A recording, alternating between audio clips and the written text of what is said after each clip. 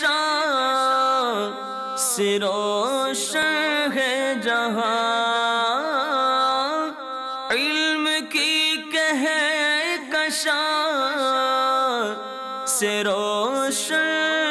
ہے جہاں۔ الحمدللہ رب العالمین والصلاة والسلام علی سید المرسلین، اما بعد فاعوذ باللہ من الشیطان الرجیم، بسم اللہ الرحمن الرحیم۔ الصلاة والسلام علیکہ یا رسول اللہ وعلی آلکہ واصحابکہ یا حبیب اللہ۔ الصلاة والسلام علیکہ یا نبی اللہ وعلی آلکہ واصحابکہ یا نور اللہ۔ مدنی چینل کے ناظرین، الحمدللہ عز وجل ہم اپنے ایک نئے سلسلے علم کی کہکشاں کے ساتھ آپ کے ساتھ موجود ہیں۔ اپنے سلسلے میں ہم انشاءاللہ ایک کسی خاص موضوع سے متعلق گفتگو کیا کریں گے۔ آج جو ہمارا گفتگو کا موضوع ہوگا وہ یہ ہے کہ احکام اسلام کی حکمتیں۔ اسلام نے جو ہمیں حکمتیں احکام عطا فرمائے ہیں، تو ان احکام کی حکمتیں کیا ہیں وہ انشاءاللہ اپنے اس سلسلے میں ہم جاننے کی کوشش کیا کریں گے۔ یاد رکھیں کہ اللہ رب العزت نے جو ہمیں دین عطا فرمایا ہے وہ ایک مکمل ضابطۂ حیات ہے، اور اگر شریعت اسلامیہ کے روشن احکام پر غور و فکر کریں گے اور اس کے اسرار و رموز کو جاننے کی کوشش کریں گے تو ہم بہت سارے علمی خزانے کو حاصل کر سکتے ہیں، اور جب اس کی حکمت کو ہم معلوم کریں گے تو مزید اس حکم پر عمل کرنے کا ہمارا ذہن بھی بنے گا۔ تو انشاءاللہ ان حکمتوں کو بھی ہم اپنے سلسلے میں شامل کرنے کی کوشش کریں گے، اپنے سلسلے کو مزید آگے بڑھائیں گے۔ مفتی صاحب کی بارگاہ میں چلتے ہیں۔ کیسے مفتی صاحب، خیریت سے ہیں آپ؟ الحمدللہ، شکریہ۔ سلسلے میں آپ کو مرحبا کہتے ہیں۔ یہ ارشاد فرمائیں کہ حکمت جو آج کا موضوع رکھا گیا ہے، حکمت کا مطلب کیا ہوا کرتا ہے؟ بسم اللہ الرحمن الرحیم۔ حکمت فہم کو کہتے ہیں، تدبر کو کہتے ہیں، اور اس فکری تصور کو کہا جاتا ہے کہ جس کے ذریعے سے اس آدمی کا دل روشن ہوتا ہے، کیونکہ جس کو اللہ تعالیٰ حکمت سے نواز دیتا ہے اس کا دل روشن ہو جاتا ہے۔ اللہ تعالیٰ نے قرآن مجید میں ارشاد فرمایا وَلَقَدْ آتَيْنَا لُقْمَانَ الْحِكْمَةَ، حضرت لقمان رضی اللہ تعالیٰ عنہ ان کو جو ہے حکمت عطا فرمائی۔ اسی طرح اللہ تبارک و تعالیٰ نے قرآن مجید میں ایک اور مقام پر ارشاد فرمایا اُدْعُ إِلَىٰ سَبِيلِ رَبِّكَ بِالْحِكْمَةِ، کہ اپنے رب کی طرف بلاؤ حکمت کے ساتھ، یعنی بڑے فہم، تدبر اور پکی تدبیر کے ساتھ۔ تو یہ بھی بیان فرمایا نبی کریم علیہ السلام بھی ایک کہ آپ بھی حکمت سکھاتے ہیں۔ حضور صلی اللہ تعالیٰ علیہ وسلم کے بارے میں جو قرآن مجید میں فرمایا گیا کہ وہ کتاب کی تعلیم دیں گے اور حکمت سکھائیں گے، حکمت کی تعلیم دیں گے، اس حکمت سے مراد مفسرین نے جو لیا ہے کتاب سے تو قرآن مجید فرقان حمید، اور حکمت سے مراد سنت مبارکہ ہے، احادیث مبارکہ ہے، یعنی یہاں پر اس سے مراد نبی کریم صلی اللہ تعالیٰ علیہ وسلم اپنی احادیث مبارکہ اس کی تعلیم ارشاد فرمائیں گے۔ تو اور بھی معنی اس سے مراد لیے گئے ہیں، بیان کیے گئے۔ یہ مراد بھی مفتی صاحب کے جو آج کل حکیم بنے بیٹھے ہیں اور حکیمانہ دوائی بھی چلا کرتی ہیں، وہ ایک دوسری حکمت ہے جو ہمارے اس ٹاپک سے متعلقہ حکمتیں ہیں، اور یا حکمت کا ہمارا جو یہ دانائی ہے، حکمت دانائی، فہم، تدبر اور تفکر ہونا۔ اور نبی کریم صلی اللہ علیہ وسلم سے صحابہ کرام علیہ مردوان جو تعلیم لیتے تھے، آپ قرآن بھی سکھاتے، قرآن کی تفسیر بھی سکھاتے، قرآن کے اسرار و رموز یہ بھی آپ بتاتے، اور کس طرح صحابہ کرام علیہ مردوان آپ صلی اللہ تعالیٰ علیہ وسلم کے پاس یعنی اتنے حصے کو اتنا حصہ سیکھتے، اور جتنا حصہ سیکھتے اس پر علمی اور عملی اور تمام اس کی صورتوں کو یعنی وہ سیکھ کر پھر آگے بڑھتے، یعنی یہ ایک انداز ہوتا تھا سیکھنے کا صحابہ کرام علیہ مردوان جو نبی کریم صلی اللہ تعالی وسلم کے پاس قرآن مجید سیکھتے۔ تو قرآن کے ساتھ حکمت جو وہاں پہ موجود ہوا حکمت، اس سے مراد حضور کی سنت مبارکہ، حضور کی احادیث طیبہ، باقی حکمت سے مراد دانائی، فہم اور دیگر یہ معنی بھی مراد لیے گئے ہیں۔ اب اس کے اندر حکمت کو ہمارے یہاں لاجک کے طور پر بھی لیا جاتا ہے، کسی حکم پر عمل کرنا ہے، ایک تعداد ہے ہمارے یہاں، ان کا ذہن یہ ہوتا ہے کہ جب کسی حکم پہ عمل کرنا ہے تو پوچھتے ہیں کہ اس کی لاجک کیا ہے، اس کا مقصد کیا ہے، اس کا فائدہ کیا ہے۔ تو اس کی حکمت کو لوجک کے معنی میں استعمال کرتے ہیں۔ حکمت سے مراد وہاں پہ یہ کہ اس کی وجہ کیا ہے، یہ اگر شریعت نے حکم دیا تو اس کا کیا مطلب ہے، کیوں ایسا دیا گیا ہے، اس کے پیچھے کیا وجہ بنی ہے، یا تو کیا وجہ بنی ہے یا اس کا یہ حکم ہی دیا گیا ہے، اس کی کیا وجہ ہے، تو یہاں مراد حکمت سے یہ وجہ معلوم کرنا ہوتا ہے۔ یہ بھی ارشاد فرمایا مفتی صاحب کہ اب اگر حکمتیں نہیں معلوم تو کیا ہمیں وہ عمل نہیں کرنا چاہیے؟ دیکھیں، شریعت مطہرہ کے جو احکام ہیں اللہ تبارک و تعالی نے قرآن مجید میں بیان فرمائے، کئی احکامات میں تو حکمت خود بیان کر دی، حکم بیان کیا، آگے جو ہے اللہ تبارک و تعالی نے اس کی حکمت بیان فرما دی، لیکن اکثر احکام وہ ہیں جن میں ظاہراً حکمتیں بیان نہیں کی گئیں۔ اب کسی حکم کی حکمت معلوم نہ ہونا یہ نہیں ہے کہ اس حکم کے اوپر عمل نہیں کیا جائے گا، بلکہ عمل ہمیشہ حکم پر ہوگا۔ بڑی پیاری بات ایک بزرگ نے فرمایا کہ عقل جو ہے خادم شریعت ہے، عقل خادم شریعت ہے، تو شریعت کے جب حکم ہوگا تو عقل سے اس حکم پر عمل کرنے کا طریقہ پوچھا جائے، اس کے آداب سیکھے جائیں گے۔ عقل اس چیز کی طرف رہنمائی کرتی ہے کہ اس چیز کو کرنے کے لیے کون سا انداز اختیار کیا جائے، اچھے اور برے میں تمیز کرنے کی طرف رہنمائی کرتی ہے، لیکن یہ حکم کیوں ہے، کس وجہ سے لازم ہم پر کیا گیا، اس چیز کے اندر عقل کو دخل نہیں ہے۔ اللہ تبارک و تعالیٰ چونکہ خالق عقل ہے، اللہ تبارک و تعالیٰ عقل کو بھی پیدا کرنے والا ہے، تو اگر اللہ تبارک و تعالیٰ کی ہی پیدا کردہ ایک چیز عقل جو کہ اس کی مخلوق ہے، اسی سے اس کے خالق کے حکم کے بارے میں معلوم کیا جائے اور معلوم نہ چلنے پر اس چیز سے جو ہے وہ اس پر کوئی اعتراض کیا جائے یا اس چیز کو کرنے کے اندر وہ جو ہے وہ چستی نہ دکھائی جائے یا اس چیز کی طرف جو ہے وہ توجہ اور رغبت نہ دکھائی جائے، یہ ہرگز درست نہیں ہے۔ اصل تو یہ ہے کہ بندہ جو حکم ربی ہے اس کے اوپر عمل، اسی لیے کئی احکام شریعت ایسے ہیں کہ جس کے اندر بظاہر یوں دیکھا جائے تو اس کے اندر حکمت نظر نہیں آتی۔ علماء نے فرمایا کہ وہاں پر اللہ تبارک و تعالی نے وہ احکام اسی لیے خاص طور پہ بیان فرمائے اور احکام ارشاد فرمائے اور نازل فرمائے کہ دیکھیں کہ کون وہ بندہ ہے جو کہ بعض احکام تو حکمتوں والے ہیں، وہ ہیں کہ جس کو بندہ خود سمجھ جاتا ہے کہ یار یہ کام جو ہے وہ اچھا نہیں، جیسے جھوٹ ہے، ہر بندہ سمجھتا ہے جھوٹ جو ہے وہ اچھی چیز نہیں ہے، دھوکہ ہے، ہر بندہ سمجھتا ہے فطری طور پہ عقلی طور پہ یہ چیز بری ہے، لیکن بعض احکام ہیں کہ جن سے شریعت مطہرہ نے جو ہے وہ منع کر دیا کہ جناب یہ کام جو ہے وہ نہ کریں یا یہ کام کریں، بظاہراً ان میں کوئی چیز سمجھ نہیں آتی کہ کیوں ہے، تیمم ہے تو جناب مٹی سے کرنے کا جو ہے وہ کیوں حکم دیا گیا، یا آپ حج کی جو ہے وہ پروسیس دیکھ لیں، حج کا پورا طریقہ کار دیکھ لیں، اس کے اندر کہیں پر کنکری ماری آ رہی ہے تو کہیں پہ ایک مخصوص مقام کے لیے رکا جا رہا ہے، کیوں ہے؟ تو وہاں صرف اس لیے کہ یہ دیکھیں کہ کون وہ ہے،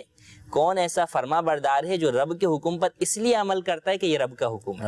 ہے، بندے اور ہیں کون تو وہ ہے بندے جو بن کہ کر۔ عقل کی طرف جاتا ہے۔ تو اسلام کے معنی ہی یہ ہیں کہ سر تسلیم خم کر دینا، کہ جو حکم الہی ہے اس پر آپ نے سر تسلیم خم کر دیا، چاہے آپ کو اس کی علت، لاجک، اس کی وجہ آپ کے سمجھ میں آتی ہے یا نہیں آتی۔ بہت ساری حکمتیں ہیں جو بیان کر دی جاتی ہیں، قرآن میں بیان کر دی جاتی ہیں، احادیث طیبہ میں بیان کر دی جاتی ہیں، اور بہت ساری وہ حکمتیں ہیں جو کہ قرآن و حدیث میں بیان نہیں ہوئی لیکن بزرگان دین نے، صحابہ کرام نے نبی کریم صلی اللہ علیہ وسلم سے جو اسرار و رموز حاصل کیے وہ بیان کیے اور وہ آگے بیان کر دی جاتے ہیں، اور بہت سے وہ ہیں جو اب تک جو ہے وہ نہیں معلوم، اور جو بیان بھی کر دیے گئے اس میں بھی یہ ضروری نہیں کہ فقط اللہ تبارک و تعالیٰ کے پیش نظر یہی حکمتیں ہوں۔ اللہ تبارک و تعالیٰ تو حکیم ہے، اس سے بڑھ کر تو کوئی جو ہے وہ حکمتیں جاننے والا نہیں، تو اس کی حکمتوں کو تو بندہ پہنچ ہی نہیں سکتا۔ جی بالکل یہی ذہن ہونا چاہیے کہ اگر تو ہمیں حکمت معلوم ہو جائے تو اللہ کا شکر ادا کریں کہ اللہ نے اس حکم کے ذریعے ہمیں یہ بھی نعمت اور یہ بھی اس کا فائدہ عطا فرمایا، اور اگر جو ہے وہ نہیں معلوم تو ہمیں سر تسلیم کو خم ہی کرنا چاہیے، بندے ہیں تو بندے ہی بن کر رہیں۔ وہ بڑی پیاری بات یاد ہے، کہا جاتا ہے کہ فعل الحکیمی لا یخلو عن الحکمہ، کہ حکیم کا فعل حکمت سے خالی نہیں ہوا کرتا۔ اللہ رب العزت حکیم ہے، اس نے جو ہمیں احکام عطا فرمائے ہیں اس پر جو ہے ہمیں اپنی تن من دھن کے ساتھ اس پر عمل کرنا چاہیے۔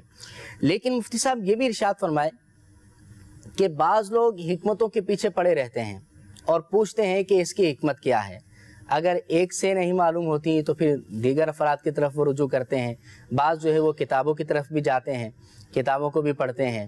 تو کیا یہ حکمتوں کو پوچھنا، کیا یہ اطاعت کے منافی ہوگا کہ اللہ رب العزت نے جو حکم فرمایا ہے اب اس کی حکمت معلوم کرنے کے پیچھے پڑے ہیں، کیا اطاعت کے منافی ہے یہ؟ دیکھیں حکمت کا معلوم کرنا یہ بالکل اطاعت کے منافی تو نہیں ہے، کسی چیز کے بارے میں حکمت کا معلوم کرنا، اور بعض اوقات حکمت پتہ ہونے کے بعد عمل تو پہلے بھی کر رہا ہے اور کرنا بھی ہے، لیکن حکمت جب اس کو پتہ چلی اس کے بعد اس کے عمل کے اندر مزید تقویت آ جاتی ہے، مزید اس کو اور لطف آتا ہے کہ اس میں یہ بھی حکمت ہے، اس حکم کے اندر مزہ آ جاتا ہے۔ قرآن مجید فرقان حمید میں 3 پارے کے اندر حضرت ابراہیم علیہ السلام نے اللہ تبارک و تعالیٰ کی بارگاہ میں کہا کہ وَإِذْ قَالَ إِبْرَاهِيمُ رَبِّ أَرِنِي كَيْفَ تُحْيِي الْمَوْتَى، یا اللہ کہ میں دیکھنا چاہتا ہوں کہ مردوں کو کیسے زندہ کرتا ہے۔ صحیح۔ تو اللہ تبارک و تعالیٰ نے ارشاد فرمایا قَالَ أَوَلَمْ تُؤْمِنْ، کیا ایمان نہیں ہے اس پر؟ صحیح۔ قَالَ بَلَىٰ، کیوں نہیں ہے؟ وَلَٰكِنْ لِيَطْمَئِنَّ قَلْبِي، کہا کہ یہ دل اور پختہ اور اطمینان والا، یعنی ایمان تو ہے اس چیز پہ، اللہ تعالیٰ مردوں کو زندہ فرمائے گا۔ اب آپ نے جو تفصیلی واقعات تو بہت اس بارے میں جو ہے وہ تفصیل سے وہ بیان کیا گیا کہ آپ نے کسی کو دیکھا وہ پانی میں ہے، پانی کے بعد اس کو مچھلیاں کھا گئی، پھر ان کو آگے پرندے کھا گئے، تو ایک تعجب ہوا جس پر آپ نے اللہ تبارک و تعالیٰ سے یہ عرض کیا کہ دیکھنا چاہتا ہوں۔ اللہ تبارک و تعالیٰ نے کیا ارشاد فرمایا 4 پرندے لیجئے اور 4 پرندوں کو ان کو ذبح کر کے ان کے گوشت کو جو ہے وہ مختلف پہاڑ پر جو ہے وہ ڈالنے کا حکم دیا۔ اب یہاں یہ جو عمل کیا جا رہا ہے، پرندوں کو لیا، ذبح کیا، ان کا گوشت بنا دیا، قیمہ بن گیا، بوٹیاں آپس میں مل جاتی ہیں، وہ پہاڑ پر ڈال دی گئیں، اب حکم ہوا کہ پکارو ان کو، پرندوں کو، تو پکارا تو اللہ کے حکم سے وہ پرندے اڑتے ہوئے آپ کے پاس آ جاتے ہیں۔ تو یہاں اس فعل کا یعنی اللہ تعالیٰ کیسے زندہ کرے گا؟ جس رب نے اس وقت پیدا کیا جب کچھ بھی نہ تھا، اور جب انسان پیدا ہو گیا یا کوئی بھی چیز پیدا ہو جاتی ہے، بن جاتی ہے، اب اس کو اسی صورت پر کھڑا کرنا یہ تو اس سے قدر آسان ہے، آسان ہوتا ہے۔ تو یہ بھی یہاں پہ یعنی یوں بیان کیا گیا۔ تو بعض اوقات کسی چیز کی حکمت پتہ چل جانا یا اس کا وہ راز واضح ہو جانا، وہ جو اس میں اسرار و رموز کی جو باتیں ہیں وہ آدمی پر واضح ہو جانا،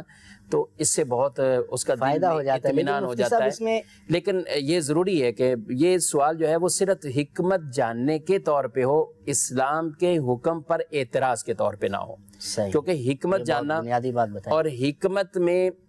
حکمت کا وہ پہچان کرنا یہ الگ بات ہے، اور اس میں آدمی کا یہ انداز نہیں ہوتا کہ وہ اسلام پر معاذ اللہ اعتراض کرنا شروع کر دے، نماز کے بارے میں یا کسی اور بارے میں، کسی کی رکعتوں کے بارے میں یا کسی اور چیزوں میں وہ اعتراض کرنا شروع کرے، تو یہ تو اس کو ہلاکت میں ڈالنے والی ہے، گناہ والی باتیں ہیں، اور ہلاک کر دیں گی، اس کو برباد کریں گی کہ جو آدمی اسلام کے احکامات پہ معاذ اللہ اعتراض کرتا ہے۔ اس کے ساتھ ساتھ یہ بھی مفتی صاحب ہے کہ اگر کوئی حکمت جانتا بھی ہے اور حکمت جاننے کے بعد وہ حکم پر عمل کر رہا ہے، حکم اسلامی پر، تو اس حکمت کی وجہ سے اس پر عمل نہ کرے، اللہ کی رضا کے لیے اس پر عمل کریں۔ اس حکم پر جو عمل کرنا ہے تو خدا کو راضی کرنے کے لیے عمل ہونا چاہیے، نہ یہ کہ مجھے دیگر اس سے فائدے حاصل ہو جائیں گے۔ دیکھیں یہ تو سائنسی فائدے ہوں یا کوئی اس طرح کے دیگر فوائد ہیں، یہ تو ضمناً ساری چیزیں۔ عبادت میں سب سے پہلا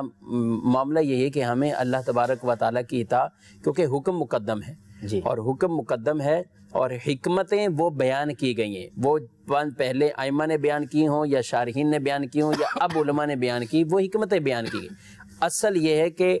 علماء نے غور و فکر کر کے تدبر کیا اور اس کی حکمت تک پہنچے جن علماء نے بیان کی ہیں۔ باقی یہ نہیں اس سے سوچنا کہ میں اس سے یہ فائدہ حاصل کر رہا ہوں، ضمناً فائدہ مل جائے گا، اور اصل تو عبادت میں یہی کہ اللہ کی رضا کے لیے کریں گے۔ جی، مدنی چینل کے ناظرین، الحمدللہ مفتیان کرام کے مدنی پھول کا سلسلہ جاری و ساری ہے۔ مفتی صاحب یہ ارشاد فرمائے کہ جو احکام کی بات کی جاتی ہے، احکام اسلام، تو ایک تو یہ ارشاد فرمایا کہ حکم سے مراد کیا ہے؟ احکام حکم کی جمع ہے۔ اللہ رب العزت نے جو احکام عطا فرمائے ہیں اس پر عمل کرنا، فرض و واجب وغیرہ، یہی اس سے مراد ہیں۔ اب اسی کے اندر جو اگر وضو کی بات کی جائے تو وضو میں جو 4 فرض ہیں اور انہی چار اعضاء کو دھونے کا حکم دیا گیا ہے، فرض ہیں، اس کی کیا حکمت ہے؟ حالانکہ اعضاء تو اور بھی ہیں، ان کا حکم نہیں ہے دھونے کا، ان کو دھونے کا حکم کیوں ہے؟ اس کی کیا حکمت بیان کی گئی؟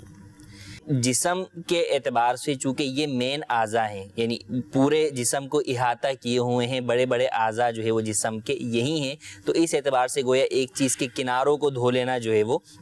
اس چیز کو پورا دھونا شمار کیا جاتا ہے، تو اس طور پر بھی ان اعضاء کو دھونے کا حکم دیا گیا۔ اب چونکہ دل کے اندر جو وسوسے آتے ہیں تو دل کو دھونا تو ممکن نہیں ہے، تو لیکن چونکہ دل کے وسوسوں کا تعلق جو ہے وہ دماغ کے ساتھ بھی ہوتا ہے، تو اس لیے دل کی جگہ پر دماغ کو لیتے ہوئے سر پر جو ہے وہ مسح کرنے کا حکم دیا گیا۔ مفتی صاحب یہ ارشاد فرمائیں کہ جیسے کہ ارشاد فرمایا کہ وضو سے گناہ جھڑتے ہیں، تو پھر جو انبیاء کرام علیہم السلام وضو کیا کرتے تھے ان کو بھی حکم تھا وضو کرنے کا، حالانکہ وہ تو گناہوں سے پاک معصوم ہیں، تو پھر ان کے لیے یہ وضو کا حکم کیوں تھا؟ دیکھیں وضو کی یہ حکمت بیان کی گئی ہے، بے شک انبیاء کرام علیہ السلام یہ معصوم ہیں، اور انبیاء بھی معصوم ہیں، فرشتے بھی معصوم ہیں۔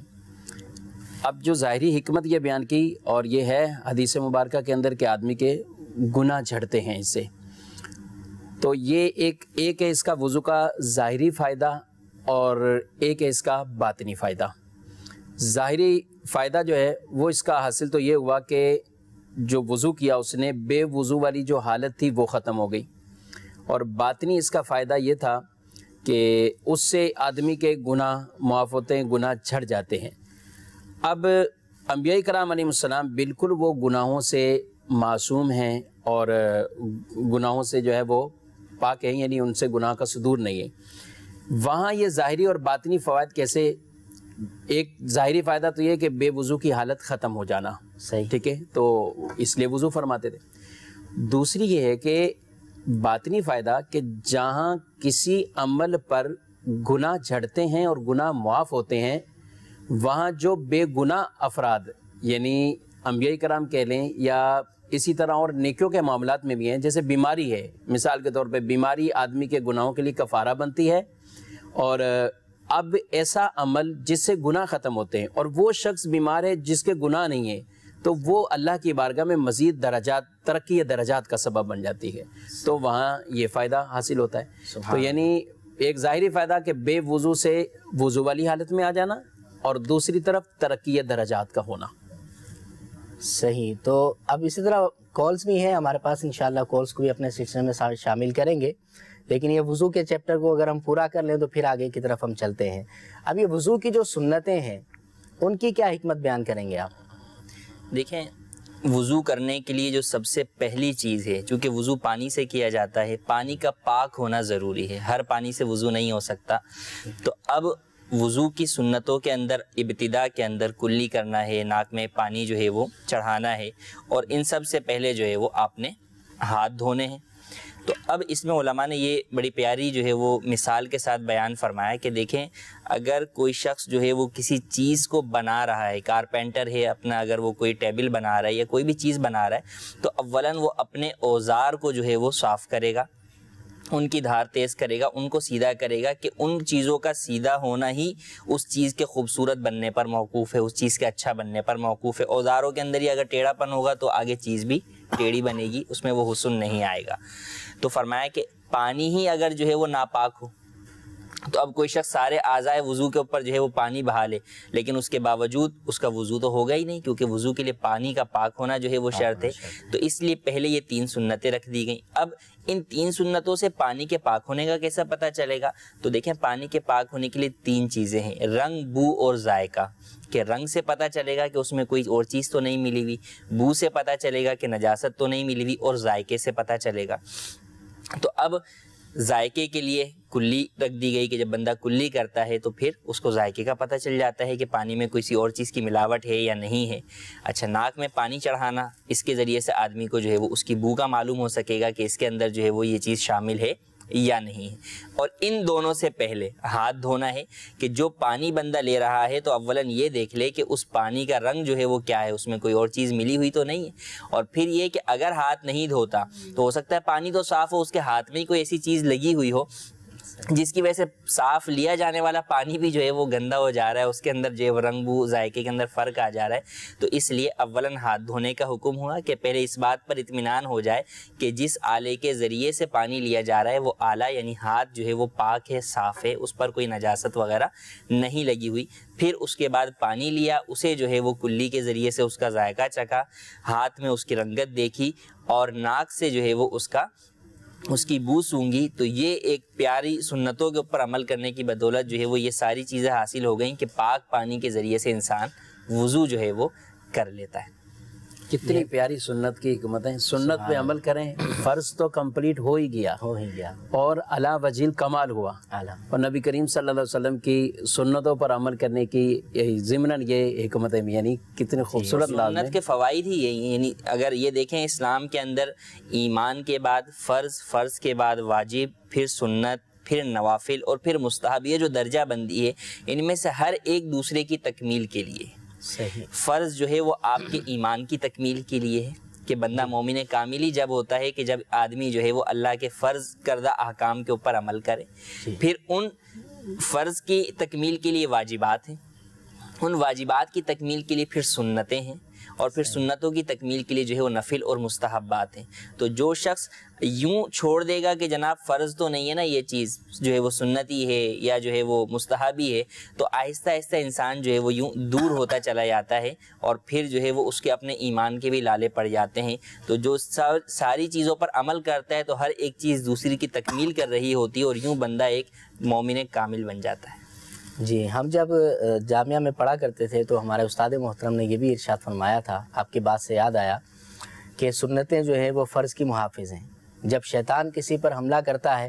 تو پہلے وہ مستحبات پہ حملہ کرتا ہے، مستحبات سے دور کرتا ہے، اس کے بعد وہ سنتوں سے دور کرتا ہے، پھر وہ واجبات سے دور کرتا ہے، اور اس کے بعد پھر فرائض سے دور کرتا ہے۔ پھر ایک وقت آتا ہے کہ بندہ نماز سے بھی، فرائض اور واجبات سے بھی دور ہو جایا کرتا ہے۔ اگر ہم مستحبات اور سنتوں کو ہی مضبوطی سے تھامے رکھیں تو انشاءاللہ ہمارے واجبات اور فرائض میں کوئی کمی واقع نہیں ہوگی۔ اور الحمدللہ دعوت اسلامی سنتوں کی عالمی تحریک ہے، الحمدللہ سنتوں پر ہی ہماری یہ دعوت اسلامی ہے۔ اس میں بھی سنتوں پر عمل کرنے پر ذہن بھی بنایا جاتا ہے اور سنتوں کے فضائل بھی بنائے جاتے ہیں۔ آپ بھی اگر سنتوں کو مضبوطی سے تھامنا چاہتے ہیں تو میں آپ سے یہ عرض کروں گا کہ دعوت اسلامی کے مدنی ماحول کے ساتھ وابستہ ہو جائیں، انشاءاللہ عز و جل بہت زیادہ برکتیں آپ کو حاصل ہوں گی۔ امیر اہل سنت دامت برکاتہم العالیہ کے جو عطا کردہ مدنی انعامات ہیں، اب دیکھ لینا پہلی صف اولیٰ میں نماز بڑی پڑھنا، اچھی بات ماشاءاللہ، اب نماز صف اولیٰ میں پڑھنی ہے، صحیح، تو یعنی کتنی اس کے ساتھ نماز پڑھنی، باجماعت پڑھنی، صف اولیٰ میں پڑھنی ہے۔ اب جو شخص صف اولیٰ کا پابند اور اس طرح یہ مدنی انعام پر عمل کرنے کے لیے، اور مدنی انعام ہے ہی اسی وجہ سے کہ آدمی کو فرائض کے ساتھ ساتھ واجبات اور سنتوں اور کئی آداب اور کئی فضائل ایسے، اب پہلی صف والی اتنی فضیلتیں ہیں، تو جو آدمی پہلی صف کا پابند ہو جائے اس سے آپ بتائیں کہ اس کو تو یہی فکر لگی ہوتی ہے کہ جیسے ہی اذان ہو، بلکہ اذان سے پہلے ہی پہنچوں کہ میں پہلی صف میں جا کے پہلی صف کو حاصل کروں۔ تو پہلی صف کی فکر ہے تو وہ شاید دوسری صفوں، تیسری صفوں میں آنا اپنے لیے گوارا نہیں کرے گا، تو اس سے جماعت کا چھوٹ جانا یہ بہت بعید ہے۔ اگر اس کا اتنا بڑا ذہن بن گیا پہلی صف والا تو پھر اس سے جماعت کا چھوٹ جانا یہ، اور جن لوگوں کے ذہن یہ ہوتے ہیں کہ ابھی جماعت ہو رہی ہے، ابھی امام صاحب کچھ قرات کریں گے، ہم جائیں گے اتنی دیر ہم وضو کر لیں گے،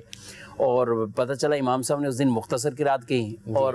یہ حضرت صاحب ماں بدولت ابھی وضو ہی کر رہے ہیں اور ادھر ایک دو رکعتیں ان کی چلے گی، تو جو اس انداز سے مسجد میں جاتا ہے تو اس کی رکعتیں بلکہ بعض اوقات جماعت بھی فوت ہو جاتی ہے، اور جس کا یہ ارادہ یہ ہے کہ اس کو پہلی صف حاصل کرنی ہے تو اس سے جماعت کا ترک ہونا یہ تصور میں کم ہے، بالکل اس سے متصور نہیں ہے کہ وہ جماعت کو زندگی میں اپنانے چاہیے۔ جی بالکل، دعوت اسلامی کے ہفتہ واری مدنی مذاکرے جو ہوتے ہیں، امیر اہل سنت کے ہفتہ واری اجتماعات ہوتے ہیں، اس میں ضرور شرکت فرمائیں، انشاءاللہ عز و جل بہت زیادہ برکتیں آپ کو حاصل ہوں گی۔ وضو کی اور بھی بہت زیادہ حکمتیں بیان کی گئی ہیں، ہم نے چونکہ چند موضوعات کو لیا ہے اس سلسلے کے لیے تو ہم مختصراً اس کو لے کر آگے چلیں گے۔ مفتی صاحب یہ ارشاد فرمائیں کہ وضو کے بعد جب بندہ نماز پڑھنے کے لیے کھڑا ہوتا ہے تو استقبال قبلہ اس کے لیے شرط قرار دیا گیا ہے، تو یہ استقبال قبلہ ہی کیوں شرط ہے؟ دیکھیں استقبال قبلہ جو ہے وہ نماز کی اہم ترین جو ہے وہ شرائط میں سے ہے۔ اب اگر یہ شرط ہی مفقود ہوگی، کسی شخص کو معلوم ہے قبلہ اس جانب ہے اور وہ اس سے ہٹ کر نماز پڑھے گا تو نماز نہیں ہوگی۔ اب کیوں ایسا ہے؟ وجہ یہ ہے کہ نماز بندہ اللہ تبارک و تعالیٰ کے لیے پڑھ رہا ہے، تو نماز میں وہ توجہ ہونا اس کی ضروری ہے کہ وہ اللہ تبارک و تعالیٰ کی بارگاہ میں جو ہے وہ حاضر ہو۔ اب اللہ تبارک و تعالیٰ چونکہ مکان سے پاک ہے، تو اس لیے اس کا تصور تو جو ہے وہ نہیں ہو سکتا. تو پھر کیا کیا گیا کہ وہ گھر جس کو اللہ تبارک و تعالیٰ نے اپنا گھر قرار دیا، بیت اللہ جو ہے وہ جس کا نام رکھا گیا، جس کو بیت اللہ کہا گیا، جو جس کو اللہ تبارک و تعالیٰ نے تشریفاً اپنا جو ہے وہ نام دیا اور اس کو بیت اللہ کہا گیا، تو چونکہ اس کا تصور کرنا جو ہے وہ انسانوں کے لیے ایک آسان چیز ہے، تو اس کی طرف جو ہے وہ کرنے کا حکم دیا گیا کہ انسان دل و دماغ سے اللہ تبارک و تعالیٰ کا تصور نہیں کر سکتا، کیونکہ اللہ تبارک و تعالیٰ کی ذات جو ہے اس کا احاطہ ہو سکے یہ محال ہے، نہیں ہو سکتا. تو اللہ تبارک و تعالیٰ تو جہت اور مکان سے پاک ہے، تو اس کا جب احاطہ نہیں ہو سکتا تو اب جو اللہ تبارک و تعالیٰ کا گھر ہے اس کی طرف کہا گیا کہ اس کا جو ہے وہ احاطہ کر لو دماغ میں اور اس کی سمت کی طرف جو ہے وہ نماز ادا کرو. لیکن یہاں پر علماء نے بڑا پیارا نکتہ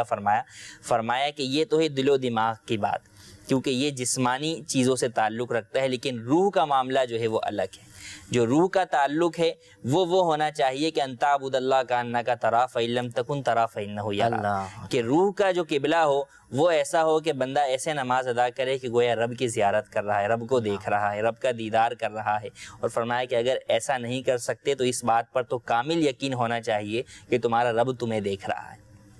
تو استقبال قبلہ ایک تو یوں ہے کہ اس کے اندر نماز کے اندر ہم جو ہے وہ اس ایک خاص مقام کا جو ہے وہ قصد کریں دل و دماغ کے ساتھ، اور روحانی طور پر روح کی توجہ مکمل طور پر اللہ تبارک و تعالیٰ کی طرف ہونی چاہیے. یا تو وہ بزرگان دین کا وہ مقام ہمیں حاصل ہو جائے کہ رب کا دیدار ہو جائے، اور اگر وہ نہ ہو تو کم از کم اس بات پر تو ہر مسلمان کا کامل یقین ہے اور ہونا چاہیے. اور نماز کے اندر اس تصور کو بندہ لے آئے کہ میں نماز ادا کر رہا ہوں اور میرا رب مجھے دیکھ رہا ہے، تو کیا اس وقت توجہ ہوگی، نہ جو ہے وہ کسی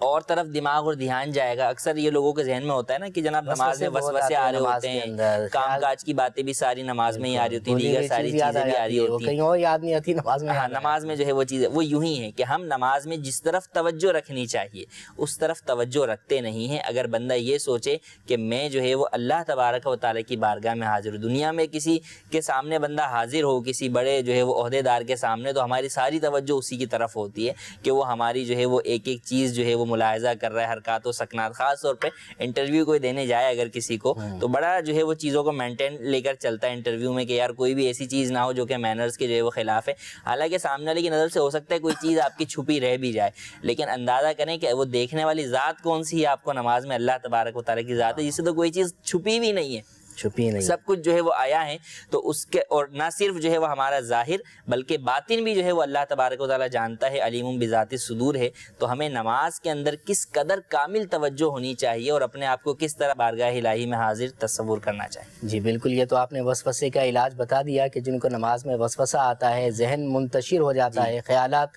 کسی اور طرف چلے جاتے ہیں، تو اس تصور کے ساتھ نماز پڑھیں کہ ہم خدا کو دیکھ رہے ہیں. اور اگر یہ تصور نہیں جمتا تو حضور علیہ الصلوۃ والسلام نے یہ بھی ارشاد فرمایا تو پھر کم از کم اتنا تو گمان رکھو کہ خدا تمہیں جو ہے وہ یقیناً دیکھ ہی رہا ہے. تو یہ اسی طرح ہے کہ جب بندہ اس گمان کے ساتھ نماز پڑھے گا تو یقیناً اس کو نماز کے اندر لطف و سرور بھی بہت زیادہ آئے گا، اور انشاءاللہ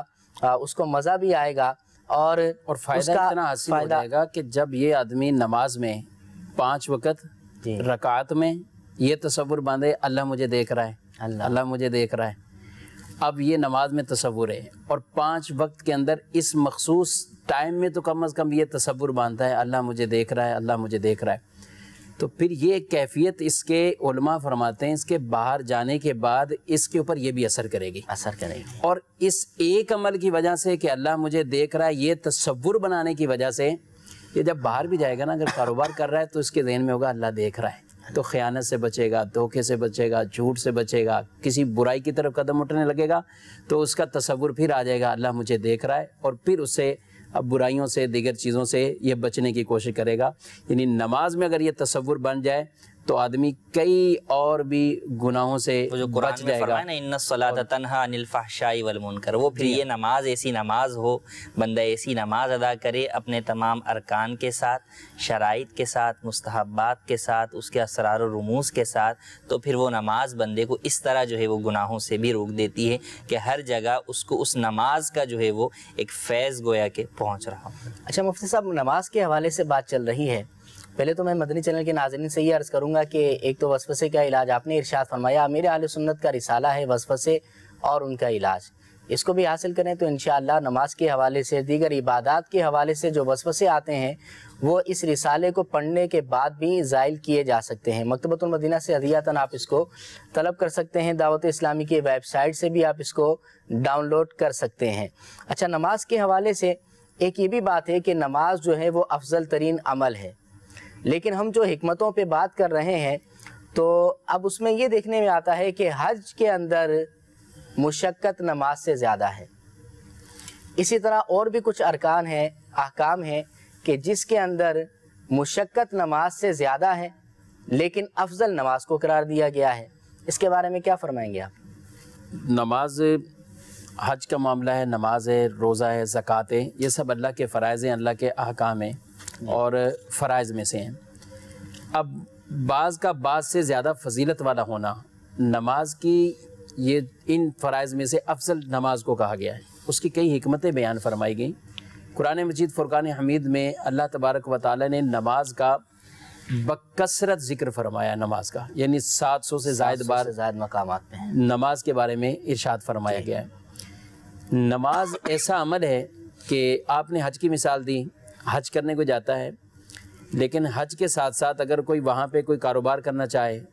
تو ضمناً حج کا بھی فریضہ ساتھ ساتھ ادا ہو رہا ہے، اس نے کام کاج بھی کر لیا۔ یہ مفتی صاحب کیسی بات بتا دی آپ نے، لوگ تو اس کو بہت تانے دیں گے کہ حج کرنے گئے تھے یا کمانے گئے تھے۔ نہیں، کمانے نہیں گئے، کوئی خرید و فروخت تو کر رہے ہیں، صحیح ہے، کچھ اگر نہیں کمانے جاتا ہے تو آپ ہم تو جائیں ضرورت کی چیز ہے نا، آپ وہاں جا رہے ہیں خرید و فروخت ہے نا، وجہ سے تو ایک عبادت کا جو معاملہ کر رہے ہیں آپ، وقوف عرفہ کر رہے ہیں تو وہاں بھی کچھ چیز خرید سکتے ہیں، کچھ حاصل کر سکتے ہیں۔ اگرچہ حج کو ذریعہ تجارت نہیں بنانا، حدیث پاک میں اس کی مذمت بیان فرمائے گی کہ کچھ لوگ آئیں گے ایسے کہ جو حج کو تجارت کے لیے حج کریں گے، اس کی مذمت بیان فرمائے گی۔ جی، حج روزہ رکھا ہے، چلیں آپ روزے پہ آ جاتے ہیں، ٹھیک ہے، روزہ ہے، آپ روزے میں تو دکان کھولیں گے، کاروبار بھی کریں گے، بالکل۔ تو حج ہو یا روزہ ہو، ان میں آپ ساتھ ساتھ دنیاوی کام بھی سارے جاری رکھ سکتے ہیں، کسی سے بات بھی کر رہے ہیں، گفتگو بھی کر رہے ہیں، کچھ اور معاملہ کرنا ہے تو وہ بھی کر رہے ہیں۔ لیکن نماز ایسی کہ جب نماز کے اندر آئے تو تکبیر تحریمہ کہی، اللہ اکبر، تو اب سارے دنیاوی معاملات اپنے اوپر حرام کر لیے، اب بات چیت نہیں ہو سکتی، نماز کے اندر تو کوئی تجارت نہیں کر سکتا، نماز کے اندر کوئی ایسا معاملہ نہیں، یعنی دنیاوی سارے کام اس میں۔ تو یوں نماز ایک عمل ایسا ہے جو خالصتاً شروع سے لے کر آخر تک ٹوٹل مکمل اللہ کی عبادت میں آدمی مشغول رہتا ہے۔ تو اس اعتبار سے حج اور یہ روزے کے اندر اگرچہ مشقت اس میں زیادہ ہے۔ دوسری یہاں بھی یہ بات بھی بیان فرمائے گی کہ نماز جو آدمی ہے وہ نماز سارے اعضاء اس کے اندر، نماز کے اندر سارے اعضاء یعنی پورا جسم اس کا بدن جو ہے وہ ایکٹیو رہتا ہے اور پورے جسم کے ساتھ اس عبادت کو ادا کی جاتی ہے۔ نماز فرشتوں کی عبادات کا مجموعہ ہے، یعنی کوئی فرشتہ قیام میں، کوئی رکوع میں، کوئی سجدے میں، اور آدمی نماز پڑھتا ہے تو فرشتوں کی وہ عبادت پورا گیا اس کا گویا کہ یہ مجموعہ ایک ادا کرتا ہے۔ روزے کا حکم سال میں ایک مرتبہ، یعنی ایک مہینہ روزے رمضان شریف کے روزے فرض ہے۔ حج کا زندگی بھر میں ایک دفعہ آدمی پر حج کا فریضہ لازم آتا ہے، لیکن نماز وہ روزانہ ہے اور روزانہ 5 بار نماز ہے، تو اس اعتبار سے بھی اس کی فضیلت کو بیان فرمایا گیا۔ حج مخصوص لوگوں پر ہے، زکوٰۃ ادا کر رہے ہیں تو وہ جو صاحب نصاب ہیں، جن کے پاس مالی ایسی حیثیت ہے تو زکوٰۃ ان پر لازم ہو رہی ہے۔ حج کی بھی اپنے نصاب، اپنی شرائط ہیں اور اس کے مطابق اس کو ادا کرنا ہے کہ حج کے لیے نصاب بھی ہو، حج کے لیے اگر عورت جا رہی ہے تو اس کے ساتھ اس کا محرم بھی ہے، دیگر یہ سارے معاملات ہیں۔ لیکن نماز کے ساتھ ایسا معاملہ، یعنی یہ ان شرائط کی وجہ سے کئی لوگوں پہ حج فرض نہیں ہوا، یعنی غریب لوگ ہیں، صاحب استطاعت نہیں تو حج فرض نہیں ہوگا، صاحب استطاعت نصاب والے نہیں ہیں تو زکوٰۃ فرض نہیں ہے، لیکن حج غریب ہو یا امیر اور نماز غریب ہو یا امیر، وہ سارے کے سارے نماز کے اندر جو ہے وہ مشترک ہے، نماز ان کو پڑھنی ہے۔ تو کئی اور بھی حکمتیں علماء نے بیان فرمائی، چند یہ حکمتیں، یعنی اس اعتبار سے یہ فضیلت میں 5 وقت کا آپ نے تذکرہ کیا کہ نماز دن میں 5 مرتبہ جو ہے یہ فرض ہے۔ ان اوقات کو اگر ہم غور کریں تو ان اوقات کی بھی کوئی حکمت بیان کی گئی ہے، آپ کیا فرماتے ہیں اس کے بارے میں؟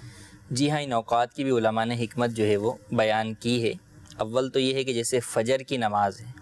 کیونکہ فجر کی نماز ایک پرسکون نیند کے بعد ہے، اور نیند کو موت کا بھی کہا گیا کہ گویا نیند گویا کہ انسان کی موت کا جو ہے وہ مثل ہے۔ تو جب انسان اٹھتا ہے، زندہ اپنے آپ کو پاتا ہے، تو اللہ تبارک و تعالیٰ کے شکر ادا کرتے ہوئے یہ دوگانہ نماز فجر جو ہے وہ ادا کرتا ہے۔ پھر اس کے بعد اپنے کام کاج میں مصروف ہو جاتا ہے، تو پھر جو کچھ رزق کماتا ہے، کچھ حاصل کرتا ہے، اس کے شکر میں نماز ظہر ادا کرتا ہے۔ پھر مزید جو ہے وہ رزق کماتا ہے تو اس کے شکر کے اندر نماز عصر اور مغرب ادا کرتا ہے۔ اور جب یہ سب کچھ کما کر گھر پہنچ کر کھا پی کر اپنے بچوں کے ساتھ پھر وہ وقت آتا ہے کہ گویا کہ انسان وہ جو رزق سے اس نے کھایا حاصل ہوا اس کے اوپر اللہ تبارک و تعالیٰ کا شکر ادا کرتا ہے۔ یہ تو اس پس منظر میں حکمت کہ یہ کیوں کی گئی۔ اب یہ کہ اگر وقت مقرر نہ ہوتا تو اس میں علماء نے 2 صورتیں بیان فرمائی، یا تو پورے وقت ہی نماز پڑھنی ہوتی 24 گھنٹے، تو آدمی بقیہ کام کیسے کرتا، تو کوئی نہ کوئی تو وقت جو ہے وہ مقرر کرنا تھا۔ اگر تو یوں چھوڑ دیا جاتا کہ 24 گھنٹے میں کبھی بھی 5 نمازیں پڑھ لو، تو انسان جو ہے وہ اس کو اس میں ڈالتا رہتا کہ ابھی پڑھ لوں گا، تھوڑی دیر بعد پڑھ لوں گا، تو وہ پورا دن بھی یوں گزر جاتا لیکن وہ نماز جو ہے وہ اس کی ادا نہیں ہوتی، شیطان اس کو ہیلے بہانے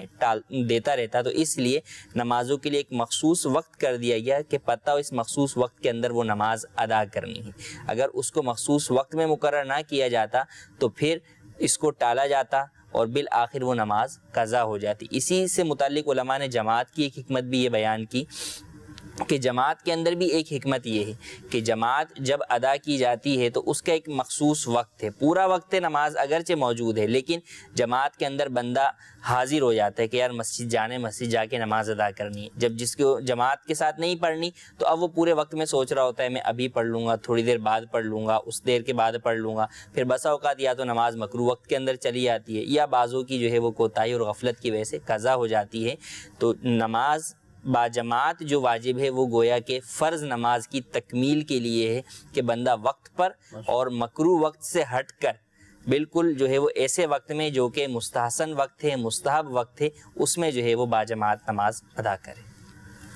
جی بالکل، یہ فضائل بھی ہیں احادیث طیبہ کے اندر باجماعت نماز پڑھنے کے 27 درجے زیادہ فضیلت ہے، اور باجماعت ہی ہمیں نماز پڑھنی چاہیے۔ کچھ کالز کو اگر آپ اجازت دیں تو ہم سلسلے میں شامل کریں۔ جی کالز شامل کرتے ہیں۔ صلو علی الحبیب۔ السلام علیکم ورحمۃ اللہ وبرکاتہ۔ وعلیکم السلام ورحمۃ اللہ وبرکاتہ۔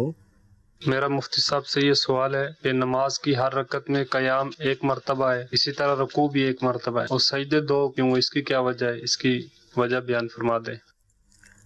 جی سجدے 2 کیوں ہیں؟ نماز سے متعلق ہی ہے جی، اس کو بھی شامل کرتے ہیں۔ اگلی کال سنائیے گا۔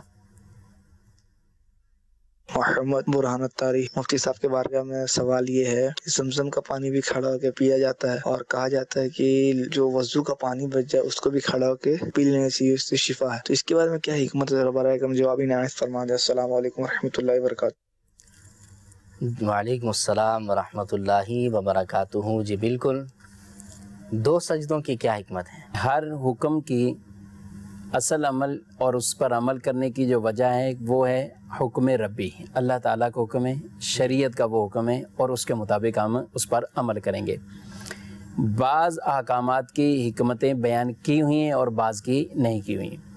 ہاں البتہ سجدے کی یہ جو انہوں نے بیان کیا، سوال کیا، تو اس میں بھی بعض علماء نے یہی فرمایا اور اس کو یہی کہتے ہوئے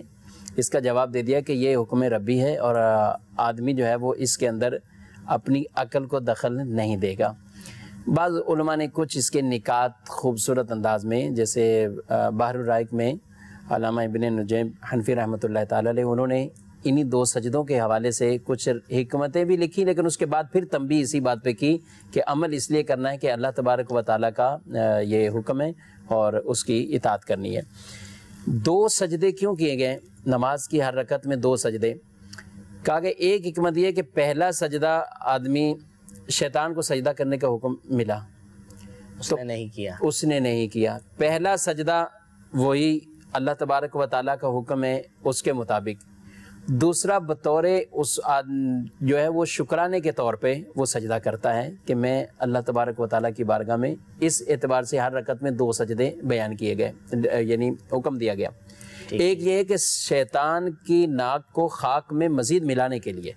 کہ تمہیں ایک سجدے کا حکم ہوا تھا، نہیں کیا، ہم ہر رکعت کے اندر 2 سجدے اللہ تبارک و تعالیٰ کی بارگاہ میں کر رہے ہیں۔ سبحان اللہ۔ پہلا سجدہ وہ شکر ایمان کے لیے ہے، دوسرے سجدے کو کہا کہ وہ اس پر ایمان پر استقامت پانے کے لیے، کہ اللہ تعالیٰ اس پر استقامت بھی عطا فرمائے، بقا بھی عطا فرمائے۔ سجدہ آدمی عبادت کے اندر یعنی اہم ترین رکن سجدہ کہا گیا، اور یہ کمال درجے کی عجز اور انکساری کی علامت ہے، یعنی اللہ تبارک و تعالیٰ کے آگے اپنے آپ کو ایسا جھکا دینا کہ آدمی اپنی پیشانی ماتھے کو زمین پر ٹیک دے، یہ یعنی عاجزی کی طرف پر اگر دیکھا جائے تو یہ اس اعتبار سے اللہ تبارک و تعالیٰ کے سامنے بندہ کتنا عاجز مسکین ہو کر اور اللہ تعالیٰ کی بارگاہ میں جھکا ہوا ہے، تو یہ عاجزی کی ایک بہت بڑی علامت ہوتی ہے، کسی کے سامنے جھک جانا اور اللہ تعالیٰ کی بارگاہ میں آدمی حاضر ہے، تو یہ 2 مرتبہ یہ، تاکہ آدمی بار بار یہ عجز انکساری یہ بار بار کرے، اور یہی عجز اور انکساری اس کی قلبی کیفیت والی عادت بھی بن جائے۔ یہ بھی کہا گیا نا کہ سجدے میں آدمی جو ہے وہ اللہ تبارک و تعالیٰ کے سب سے زیادہ جس کیفیت میں قریب ہوتا ہے وہ سجدے کا مقام ہے، سجدے کی حالت ہے۔ عالم ارواح کی ایک بات بیان کی گئی کہ جب اللہ تبارک و تعالیٰ نے آدم علیہ السلام کی اولاد کو حکم دیا کہ سجدہ کرنے کا، اپنی عبادت اور سجدہ کرنے کا، کہ یعنی ایسے سے انبیاء بھی آئیں گے، میثاق جو لیا گیا، اور ان کو سجدے کا جب حکم ملا تو جو مسلمان تھے، یعنی جو آگے دنیا کے اندر جنہوں نے مسلمان اب سجدہ کر کے جب اٹھے تو انہوں نے دیکھا کہ کافروں نے سجدہ نہیں کیا، تو وہ اس کے شکرانے میں پھر چلے گئے، یا اللہ تو نے ہمیں تو اطاعت فرما بردار ہے۔ تو یہ حکمتیں اس میں بیان کی گئی 2 سجدوں کے اندر۔ جی ماشاءاللہ، بڑی پیاری حکمتیں بیان کی، کچھ تو واقعی 1-2 تو جیسے میں نے بھی سنی تو نہیں تھی۔ اللہ تعالیٰ آپ کو مزید برکتیں عطا فرمائے۔ زمزم شریف کا پانی کھڑے ہو کر پینا، اس کی کیا حکمت بیان کرتے ہیں؟ دیکھیں ویسے تو پانی جو ہے وہ کھڑے ہو کر پینے سے منع کیا گیا حدیث مبارک میں، اور سنت یہی بیان کی گئی کہ بیٹھ کر جو ہے وہ پانی پیا جائے، کہ کھڑے ہو کر پانی پینے کے اندر جو ہے وہ پانی تمام اعضاء کی طرف سرایت کر جاتا ہے اور یہ نقصان دہ عمل ہے۔ لیکن چونکہ زمزم کا پانی متبرک پانی ہے، یوں ہی وضو کا بچا ہوا پانی برکت والا پانی ہے، تو ان کو کھڑے ہو کر پینے کا حکم دیا گیا۔ ایک تو یہ ہے کہ یوں کھڑے ہو کر ہم پیتے ہیں کہ نبی کریم صلی اللہ علیہ وسلم کی سنت ہے، لہذا سنت کے اوپر جو ہے وہ عاشق جو ہے وہ آنکھیں بند کر کے عمل کرتے ہیں، اور حکمت کے اعتبار سے یوں کہ چونکہ برکت والا پانی ہے تو اس کا تمام اعضاء میں سرایت کر جانا یہ نقصان دہ نہیں ہے، تو اس لیے ان پانیوں کو کھڑے ہو کر پینے کا حکم دیا گیا۔ وضو کا بچا ہوا پانی، یہی حکم جو ہے کیا سنت ہے؟ جی، وضو کا بچا ہوا پانی بھی جو ہے وہ کھڑے ہو کر پیا جائے گا، اس کے بارے میں بھی یہ کہ وضو کا بچا ہوا پانی جو ہے وہ کھڑے ہو کر پیا جائے گا۔ یہ وضو کا بچا ہوا کون سا یعنی پانی؟ وضو کا بچا ہوا پانی عام طور پہ تو مائع مستعمل بھی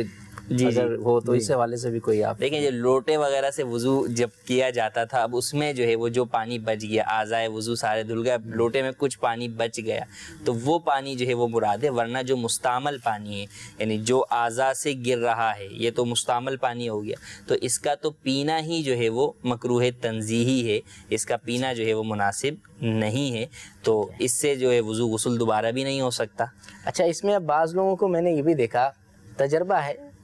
چند ایک لوگوں کو اس طرح بھی دیکھا کہ وہ جب مدنی قافلوں میں جانے کا سفر کا اتفاق ہوا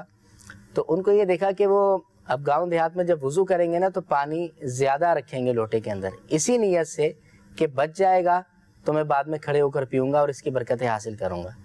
ایک تو یہ ہے کہ اتفاقی طور پر بچ گیا اور اس کو پی لیا کھڑے ہو کر، اور دوسرا یہ کہ قصدن پانی ضرورت سے زیادہ رکھا اور پھر بچ جائے، اس کو بھی کیا کھڑے ہو کر پیا جا سکتا ہے؟ اس کو بھی پیا جا سکتا ہے، دیکھیں کیونکہ وہ تو وضو کے بچے ہوئے کی وجہ سے اس کو وہ برکتیں نصیب ہو گئی نا، تو اب اگر کسی کا پتہ ہے کہ میں جتنا پانی لوں گا وہ سارا ہی ختم ہو جائے گا، وہ چاہتا ہے کہ وضو کے بچے ہوئے پانی سے مجھے بھی کوئی برکت نصیب ہو جائے، اور وہ کچھ پانی یوں زیادہ ہی اس کے اندر لے لیتا ہے، تو اب چونکہ وہ بچا ہوا جو ہے وہ وضو کا ہی کہلائے گا، تو اس کے اندر بھی یہ برکت جو ہے وہ حاصل ہوگی۔ اب جیسے حکمت کے حوالے سے یہاں پر آپ گفتگو ابھی چل رہی ہے، تو یہ سارا سلسلہ کا جو مقصد ہے وہ یہ ہے کہ احکام کی جب حکمتیں ہمیں معلوم ہو تو اسرار و رموز کو ذہن میں رکھ کر جب ہم کوئی کام کرتے ہیں، کسی حکم پر عمل کرتے ہیں، کسی جو ہے وہ عبادت کو ادا کرتے ہیں، تو اس کا لطف جو ہے وہ دوبالا ہو جاتا ہے، ساتھ ہی ساتھ اس کا اسرار و رموز کی وجہ سے ایک بندے کی توجہ اس کے اندر جو ہے وہ چلی آتی ہے، جیسے کہا کہ جو ہے وہ انت عبد اللہ کا انہ کا تراہ جو ہے وہ ہے۔ اسی طرح علماء نے بیان فرمایا کہ جیسے طہارت جو ہے وہ نماز کی شرط ہے، پاکی حاصل کرنا۔ اب حدیث میں بھی ہے کہ جناب الطہور شطر الایمان، کہ طہارت جو ہے وہ ایمان کا جو ہے وہ حصہ ہے۔ ایک جگہ کہا گیا بنی الدین علی النظافہ، کہ دین کی بنیاد جو ہے وہ نظافت پر ہے۔ تو علماء نے بڑی پیاری بات یہاں پہ ارشاد فرمائی کہ کیا جو ایمان کا حصہ جو طہارت ہے، کیا فقط وہ یہی ہے کہ آدمی جو ہے وہ وضو کر لے؟ یہ بھی ہے۔ فرمایا کہ در حقیقت یہاں پر بھی طہارت کی دو قسمیں ہیں۔ ایک تو یہ ہے کہ انسان طہارت جسمانی حاصل کر لے، کہ وضو غسل سے جو ہے وہ طہارت جسمانی نجاست حکمیہ سے حاصل کرتا ہے، اور اعضاء کی اوپر اگر کوئی نجاست لگی ہوئی ہے، کپڑوں پر لگی ہوئی ہے، جس جگہ نماز پڑھ رہا ہے وہ لگی ہے تو اس کا پاک ہونا ضروری ہے۔ جو اصل ہے فرمایا وہ ہے کہ طہارت باطنی، کہ جب انسان رب کی بارگاہ میں حاضر ہو رہا ہے اور جس کے بارے میں جانتا ہے کہ وہ علیم بذات صدور ہے، دلوں کے حالات کو جانتا ہے، تو کیا اب ہمارا دل جو ہے وہ باطنی گناہوں سے پاک ہے، باطنی نجاست سے، کینے سے، بغض سے، غیبت سے، بدگمانی سے، ان گناہوں سے جو ہے وہ ہمارا جو ہے وہ جسم، ہمارا باطن جو ہے وہ پاک ہے یا نہیں؟ تو فرمایا کہ پاک نہیں ہے تو آدمی طہارت ظاہری کے ساتھ ساتھ طہارت باطنی یوں حاصل کرے کہ ان گناہوں سے سچی توبہ کرے، کہ سچی توبہ وہ چیز ہے جو کہ انسان کے گناہوں کو جو ہے وہ پاک صاف کر دیتی ہے، اور آئندہ یہ پختہ ارادہ کرے کہ اب پتہ ہے نا کہ دوبارہ پھر رب کی بارگاہ کے اندر حاضر ہونا ہے، تو اگر ابھی سچی توبہ کر لی اور وہ گناہ اللہ تبارک و تعالیٰ نے مٹا دیے تو اب دوبارہ گناہ کر کے کس منہ سے رب کی بارگاہ میں جاؤں گا؟ تو وہ سچی توبہ وہ ہو کہ انسان آئندہ کے لیے بھی یہ پختہ ارادہ ہو کہ میں نے ایک گناہ دوبارہ نہیں کرنا۔ آمین۔ کاش کہ اللہ تعالیٰ ہمیں ایسی توبہ کی توفیق عطا فرمائے، اللہ تعالیٰ توبۃ النصوح کی توفیق ہمیں عطا فرمائے۔ تو مدنی چینل کے ناظرین، بہت سارے احکام کی حکمتیں آپ نے جانی ہیں۔ آخر میں سوال یہ کروں گا، نماز کے چیپٹر کو آج ہی ہم مکمل کر لیتے ہیں، کہ جو استقبال قبلہ ہے، اور قبلے کی اگر بات کی جائے تو مسلمانوں کا قبلہ پہلے بیت المقدس تھا اور پھر جو ہے وہ کعبہ شریف کو بنا دیا گیا، تو اب اس کی کیا حکمت بیان کی جاتی ہے، کیا فرمائیں گے آپ؟ دیکھیں، قبلہ ہونے کے لیے تو برابر، یعنی پہلے اللہ تعالیٰ کا حکم تھا، ادھر نماز پڑھ رہے تھے منہ کر کے، تو بھی قبلے کا حکم وہاں تھا تو اس طرف تھا۔ نبی کریم صلی اللہ تعالیٰ علیہ وسلم کی چاہت یہ تھی کہ ہمارا قبلہ خانہ کعبہ بنے، مسجد حرام شریف۔ سبحان اللہ۔ اب یہ کیوں تھا، اس کی حکمت وجہ ایک یہ بیان فرمائی گئی کہ حضرت آدم علیہ السلام سے لے کر حضرت موسیٰ علیہ السلام تک سارے نبیوں کا جو قبلہ رہا ہے وہ کعبہ معظمہ رہا ہے، اچھا، تمام کا۔ اور حضرت موسیٰ علیہ السلام سے لے کر پھر حضرت عیسیٰ علیہ السلام، یعنی یہ جو عرصہ ہے یہ بیت المقدس۔ نبی کریم صلی اللہ علیہ وسلم جب مدینہ منورہ میں گئے تو ابتدائی 16 یا 17 مہینے آپ نے جو نماز پڑھی وہ بھی بیت المقدس کی طرف۔ صحیح۔ پھر آپ کے دل کی ایک خواہش تھی اور ایک طلب تھی، چاہت تھی کہ میرا قبلہ وہ بن جائے۔ صحیح۔ تو آپ صلی اللہ تعالیٰ علیہ وسلم کہ یہی چاہت تو ایک مرتبہ نماز میں ہی آپ آسمان کی طرف آپ دیکھ رہے ہیں، تو اللہ تبارک و تعالیٰ نے ارشاد فرمایا قد نرا تقلب وجہک فی السماء، ہم آپ کا چہرہ آسمان کی طرف اٹھتا ہوا دیکھ رہے ہیں، فلنولینک قبلۃ ترضاها، ہم آپ کو پھیر دیں گے اس قبلے کی طرف جس کو اے محبوب آپ چاہتے ہیں، جو آپ کو پسند، جس پہ آپ راضی ہیں، ہم اس کی طرف آپ کو، یعنی قبلے ہونے میں برابر، ادھر پڑھ رہے تو اللہ تبارک و تعالیٰ کا وہ بھی حکم تھا۔ بالکل۔ نبی کریم علیہ السلام کی ایک یہ چاہت تھی کہ ہمارا قبلہ یہ بنے، تو اللہ تبارک و تعالیٰ نے پھر حضور صلی اللہ تعالیٰ علیہ وسلم کی خواہش پر، آپ کی چاہت پر، آپ صلی اللہ تعالیٰ علیہ وسلم کو یہ حکم ارشاد فرما دیا فولی وجہک شطر المسجد الحرام، کیا مسجد حرام کی طرف آپ اپنے چہرے کو پھیر لیجئے، اور وہ مسجد قبلتین مدینہ منورہ کے اندر وہ مسجد، اور عشاق وہاں جا کر زیارت کرتے ہیں اس مسجد میں، جس میں باقاعدہ نماز کے اندر یہ قبلہ چینج ہوا، اور نماز کے اندر حکم آتا ہے اللہ تبارک و تعالیٰ کا فولی وجہک شطر المسجد الحرام، اور نماز کے اندر وہ قبلے کو تبدیل کیا گیا،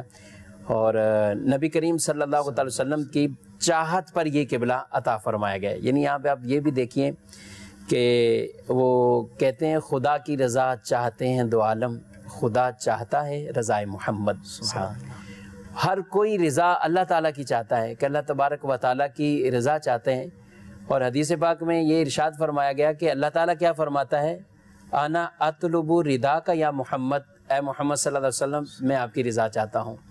تو حضور اسلام کی یہ رضا تھی، آپ کی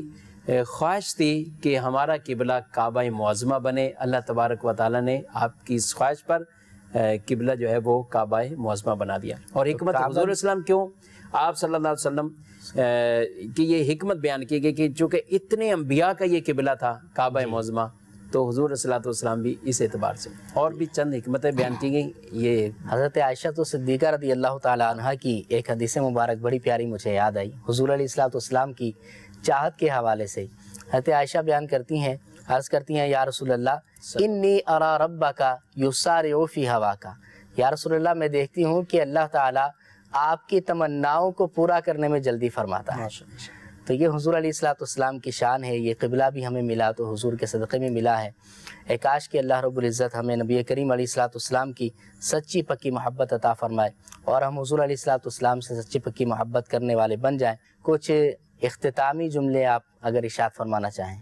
قرآن مجید میں ایک آیت مبارکہ ہے، لا تدرون ایہم اقرب لکم نفعا، تم نہیں جانتے تمہارے نفع کے زیادہ قریب کیا چیز ہے، کیا ہوگا. نہیں جانتے تمہارا نفع کس میں زیادہ کس میں نفع تمہارا، تم اس میں نہیں جانتے. کیونکہ بعض اوقات بہت سی چیزیں ایسی ہیں قرآن مجید میں یہ ارشاد فرمایا گیا تم اس کو پسند کرتے ہو وہ تمہارے لیے نقصان دہ ہیں، اور تم بعض سی ناپسند کرتے ہو اور وہ تمہارے لیے محبوب چیزیں ہیں. تو ہر اللہ تبارک و تعالیٰ کا جو حکم ہے وہ اس میں کئی حکمتیں ہوں گی. بعض حکمتوں پہ علماء نے بھی بیان نہیں کی، اس پہ پہنچ بھی نہیں پائے کہ اس میں کیا حکمت ہے. لیکن ہمیں اصل یہی ہے کہ ہم اللہ تبارک و تعالیٰ، کیونکہ وہ رب ہے، حکیم ہے، علیم ہے، اور وہ خود ہی حکمت والا ہے. اس نے جو حکم دیا اس میں حکمتیں ہی حکمتیں ہیں. ہم عمل کریں گے اللہ تبارک و تعالیٰ کی اطاعت اور رسول اللہ صلی اللہ علیہ وسلم کی فرما برداری کرتے ہوئے. جی مفتی کفیل صاحب، وقت شارٹ ہے، کیا ارشاد فرمائیں گے؟ یہی کہ جیسے بیان کیا گیا لا تدرون ایہم اقرب لکم نفعا، انہوں نے آیت مبارکہ ذکر کی. اس آیت مبارکہ سے پہلے اللہ تبارک و تعالیٰ نے میراث کے حصے بیان کیا نا، کس کس کے کتنے حصے ہیں.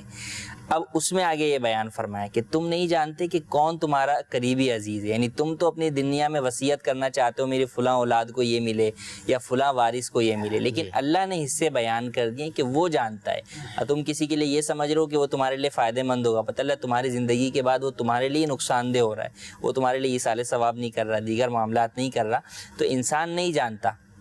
اپنے نفع کو نہیں جانتا. علماء نے بڑی پیاری بات ارشاد میں فرمایا کہ انسان اپنی حقیقت کو نہیں جانتا، اور جس عقل کے گھوڑے دوڑانا چاہتا ہے اس عقل کی حقیقت کو بھی نہیں جانتا. تو پھر کس بنیاد کے اوپر جو ہے وہ عقل کے گھوڑے دوڑاتا ہے؟ تو اصل تو یہ ہے کہ جب اللہ تبارک و تعالیٰ کا حکم ہو تو اس پر عمل کیا جائے. نبی کریم صلی اللہ علیہ وسلم کا جو آخری واقعہ ذکر کیا قبلے والا، اس میں بھی علماء نے فرمایا کہ آپ علیہ السلام کی خواہش تھی لیکن ایک حکم تھا. یہ ہو سکتا تھا کہ نماز کے بعد جو ہے وہ آپ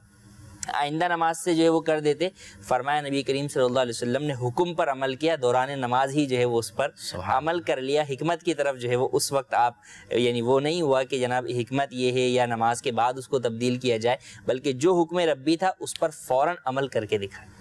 جی تو مدنی چینل کے ناظرین، بہت پیارے مدنی پھول مفتیان کرام نے ہمیں دیے. آخر میں یہ عرض کروں گا کہ آپ یاد رکھیں کہ اللہ رب العزت ہم سے 70 ماؤں سے زیادہ محبت اور پیار کرنے والا ہے. ایک ماں اپنے بچے کو بیکار باتوں کا حکم نہیں دیا کرتی، فضولیات میں نہیں لگانا چاہتی. تو وہ پروردگار، وہ خالق و مالک کہ جو 70 ماؤں سے بھی زیادہ ہم سے محبت اور پیار کرنے والا ہے، وہ بغیر حکمت کے، بغیر جو ہے وہ فائدے کے ہمیں کیوں کوئی کسی کام کا حکم دے گا. اللہ رب العزت مجھے اور آپ کو عمل کرنے کی توفیق عطا فرمائے. آمین بجاہ النبی الامین. صلو علی الحبیب صلی اللہ تعالی علی محمد صلی اللہ علیہ وسلم. علم کی کہکشاں سے روشن ہے جہاں، علم کی کہکشاں سے روشن